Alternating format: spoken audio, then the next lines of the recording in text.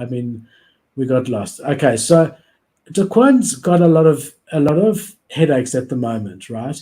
So we all heard that interview, Cade, and you and I spoke about it briefly a couple of months ago, where he says he has yet to have been served with any official papers. He's not hiding. He doesn't know. There's nothing official that's been sent to him.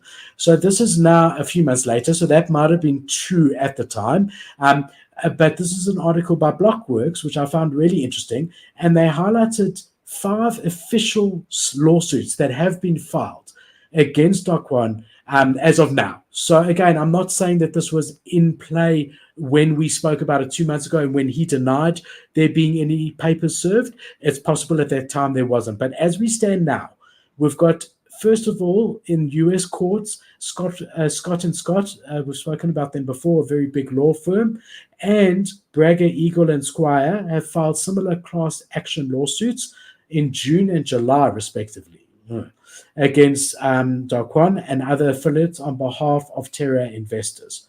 Okay, and they argue that he knew that it was a Ponzi scheme, and that it was a racketeering activity to support the profit of the scheme, which in effect is supporting himself, and that he knew that there was no sustainability to it.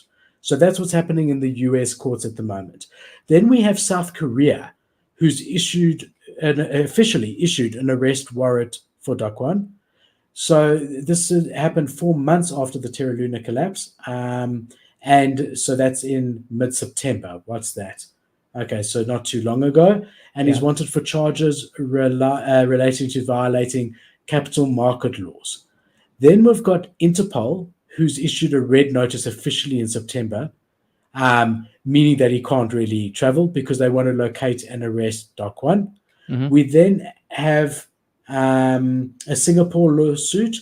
Doesn't seem too massive, to be quite honest, compared to how much was taken, but basically that USD investors say that there were damages resulting to $57 million in Singapore.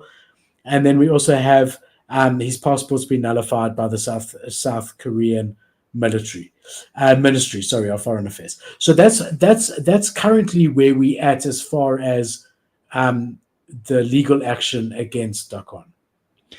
Dude, after listening to that podcast with that girl, the reporter, bro, this man isn't telling the truth until he gets in court. There's no reason for him to tell the truth until he's in court. Like, he might as well just lie. It doesn't make a difference for him.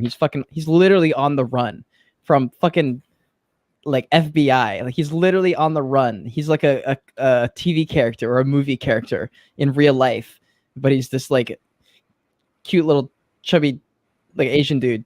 He's like worth $1 billion, and he's just like reminds running me away. of that funny show, The Hangover. Yeah, dude, that's so funny. He reminds me of that funny guy. Dude, every time I see some like funny shit like this, or like whenever I see like on a Facebook video, like a car running from the cops, and they're like trying to get away, and he's going like 200 miles per hour on the highway. I'm like, is this real life? He's really doing this? I'm like, all right, I'm down. Like, this is kind of funny to watch. So.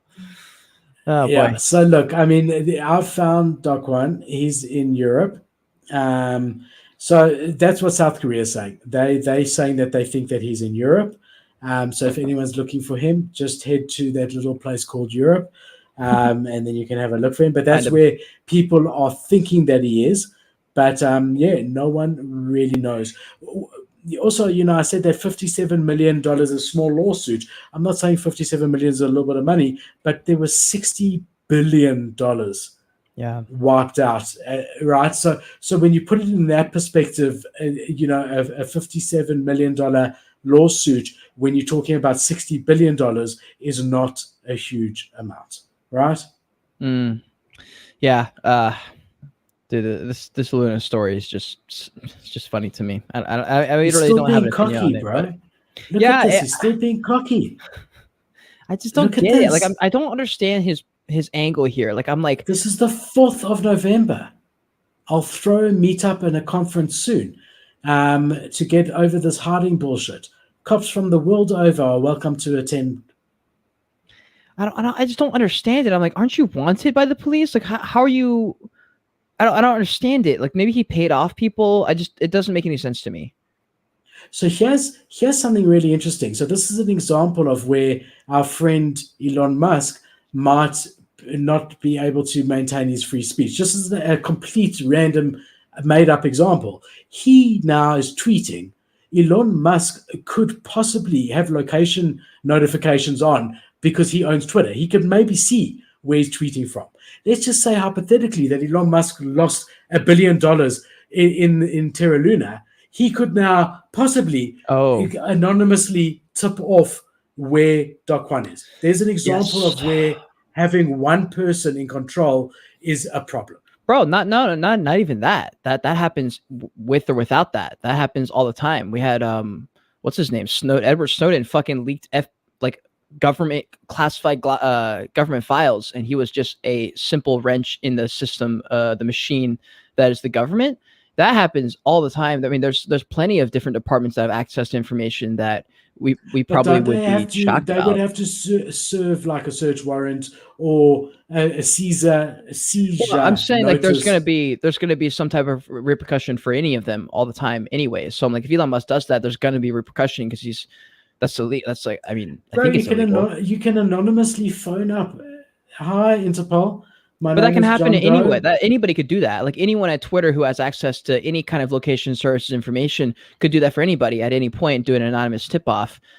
Yes, like the risk is scary because Elon Musk could do it and probably get away with it. But that kind of stuff, I feel like probably just happens like around the world all the time anyway.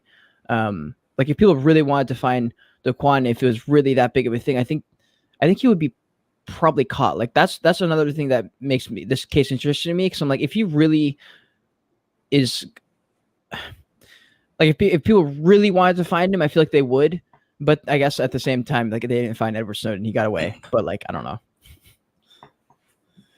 It's interesting. It's interesting. Food for thought for sure.